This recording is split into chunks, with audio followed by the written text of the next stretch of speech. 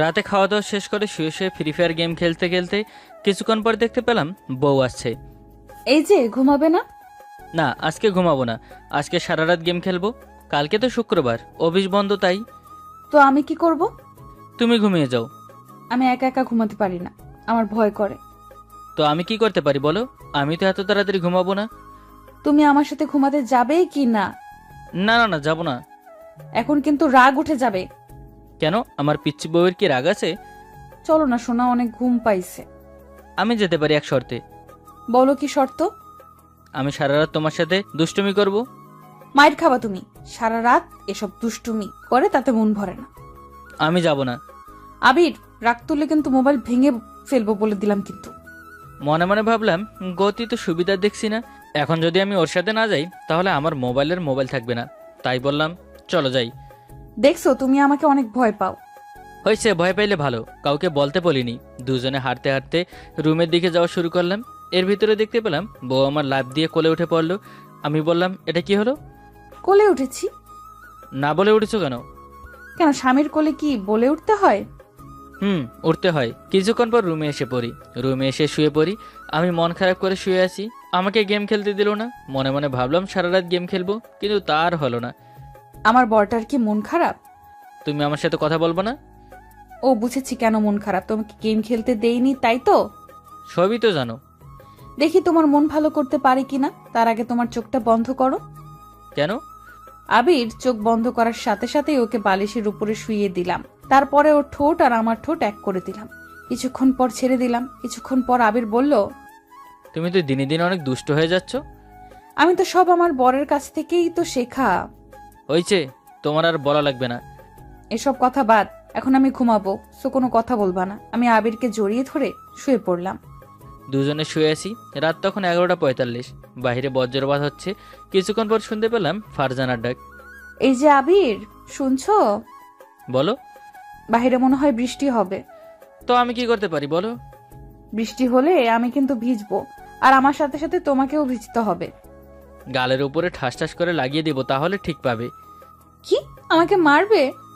আবারও কি হলো, কান্না করছো কেন? তুমি বলছো কেন আমাকে মারবে? এখন আমি আরো জোরে কান্না করব। ফারজানা প্লিজ থামো। আব্বু আম্মু খারাপ কিছু একটা ভাববে। ভাবলে ভাবুক, আমিও থামবো না। আচ্ছা, তুমি যেটা বলছো সেটাই হবে। বৃষ্টি হলেই আমি তোমার সাথে ভিজবো। সত্যি বলছো? তাহলে আর কান্না করব না। আমি আল্লাহ আল্লাহ করতে লাগলাম যেন বৃষ্টি না হয়, কিন্তু আল্লাহ আমার কথা শুনলই না, বৃষ্টি দিয়ে দিল। চলো, অনেক বৃষ্টি হচ্ছে।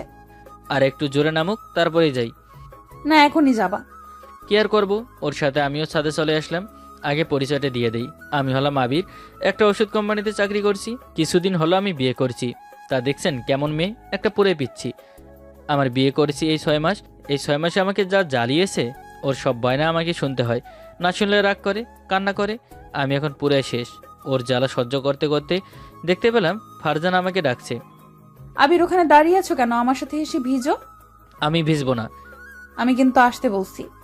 কিছুক্ষণ পর আমি কাছে গেলাম। অনেক জোরে বৃষ্টি হচ্ছে। ও অনেক ভিজে গেছে, তার সাথে আমিও। আবির, একটু জড়িয়ে ধরো না, আমার প্রচুর শীত করছে। না, পারবো না। যদি বৃষ্টিতে ভিজে কিছু হয় তাহলে তোমার খবর আছে। আমার কিচ্ছু হবে না, আমার অভ্যাস আছে, বুঝেছো? এখন আমি জড়িয়ে ধরবো তো। আমি গিয়ে ওকে জড়িয়ে ধরলাম। তারপর দুজনে বৃষ্টিতে ভেজা শুরু করলাম। আর ফারজানা আমার দিকে তাকিয়ে আছে। অনেকক্ষণ ভিজলাম। পরে ফারজানাকে বললাম, চলো রুমে যাব। এখন আমাকে জড়িয়ে ধরো তো।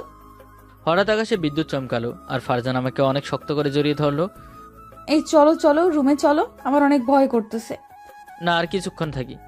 প্লিজ আবির চলো, আমি অনেক ভয় পাইতেছি, চলো না সোনা। এই বলে দুজনে রুমে এসে পড়ি। আমি ফারজানাকে বললাম, এই তাড়াতাড়ি চেঞ্জ করে নাও, অনেক ভিজছো। ঠিক আছে, আর তুমিও চেঞ্জ করে নাও। এই বলে ফারজানা চেঞ্জ করতে গেলে আর আমিও চেঞ্জ করে নিলাম। আমি গিয়ে খাটে শুয়ে পড়ি। কিছুক্ষণ পর শুনতে পেলাম ফারজানার ডাক। তাই আমি ওর কাছে গেলাম। আমি গিয়ে বললাম, কি হলো আবার?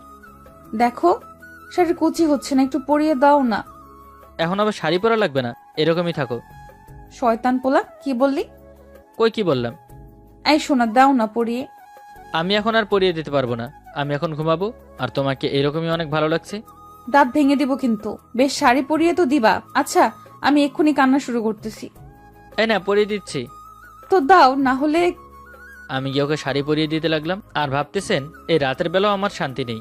আমি ভাবছি একটু ঘুমাবো, কিন্তু তার হলো কই, এই মেয়ে আমাকে কথায় কথায় কান্নার ভয় দেখায়। যদি একবার আম্মু কান্না শুনতে পায় তাহলে আমি শেষ, তাহলে আমি শুধু বকা আর বকা। আসলে ফারজানাকে আম্মু অনেক ভালোবাসে আর কথা ফেলতে পারে না, তার জন্যই আমার সাথে এটা করার সাহস পায়। কিছুক্ষণ পর শাড়ি পরা শেষ হলে তাই আর আমি আমাদের রুমে চলে আসি। এসে শুয়ে আজকে কেমন যেন শরীরটা খারাপ লাগছে, হাত পাও ভেঙে আসছে। তাই আমি ফারজানাকে বললাম, আমি কিন্তু ঘুমিয়ে পড়লাম, সকাল সকাল আমাকে ডাক দিবা। ঠিক আছে, দিব না। আমিও আবিরের সাথে ঘুমিয়ে পড়লাম, তাই সকালে উঠে পড়ি। সকালে আর আবিরকে ডাক দিলাম না, আম্মুর সাথে নাস্তা বানিয়ে ওরে ডাক দিতে আসলাম, কিন্তু উঠতেছে না। তাই আমি ওরে হাত দিয়ে ওরে একটা ডাক দিলাম। আমি যা দেখতে পেলাম সেটা আমি ভাবতেও পারিনি। কারণটা হলো আবিরের গায়ে জ্বরে পুড়ে যাচ্ছে। তাই আমি ওরে আবারও ডাক দিতে লাগলাম, এই আবির, তোমার কি হয়েছে বলো। কিছুক্ষণ পর আবির আমার হাতটা জোরে শক্ত করে ধরে বলতে লাগলো, ফারজান, আমি মনে হয় আর বাঁচবো না, আমার শরীরটা অনেক খারাপ লাগছে। কি এসব ফালতু কথা বলো? এসব ফালতু কথা বললে আমি নিজেই কিন্তু তোমাকে মেরে ফেলবো। দেখতে পেলাম আবির এটা বলে অজ্ঞান হয়ে গেছে। ওই বাবুরাবু, ওঠো না, তোমার কোথায় কষ্ট হচ্ছে বলো আমাকে। আমি দৌড়ে গিয়ে পানি আর জলপট্টি নিয়ে এসে ওর মাথায় দিলাম। আমি অনেক ভয় পেয়ে গেলাম আর মনে মনে বলতে লাগলাম, ওর যদি কিছু হয়ে যায় তাহলে আমি আর বাঁচবো না। তাই আল্লাহর কাছে কেঁদে কেঁদে বলতে লাগলাম, আল্লাহ, আমার স্বামীকে ভালো করে দাও।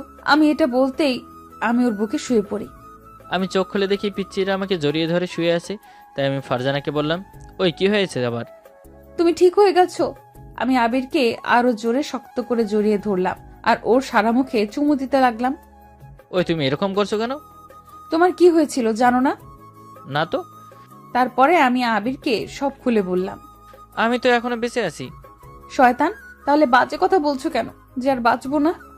তুমি আমার সাথে এরকম করলে আমি তো এমনিতেই বাঁচবো না।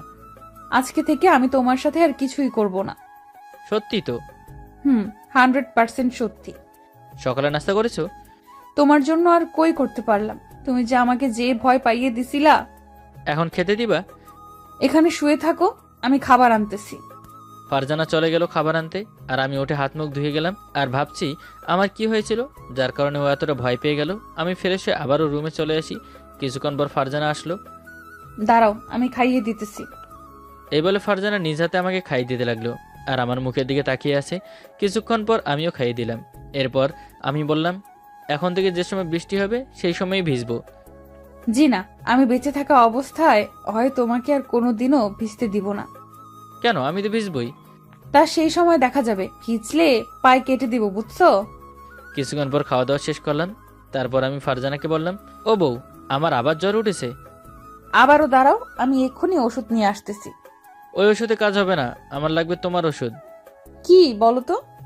তোমার একটু ঠোঁটে ছোঁয়া পেলে আমি ভালো হয়ে যাব। আমি ভুগছি, তোমার এখন দুষ্টুমি করতে মন চায় তাই না? সেটি এখন আর হবে না। এখন আম্মুর কাজে সাহায্য করতে হবে। অনেকক্ষণ তোমার সাথে বসা তো, রাতে দিব, যত আদর চাও তত। এরা বলে ফারজানা চলে গেল। আর এখন আপনারাও যান, রাতে পিচ্চি বউ আমার কেমন আদর করেছে তা জানানো, তা না হয় অন্য একদিন বলবো। আর যাবার আগে গল্পটা কেমন লাগলো কমেন্টে জানাবেন। ধন্যবাদ।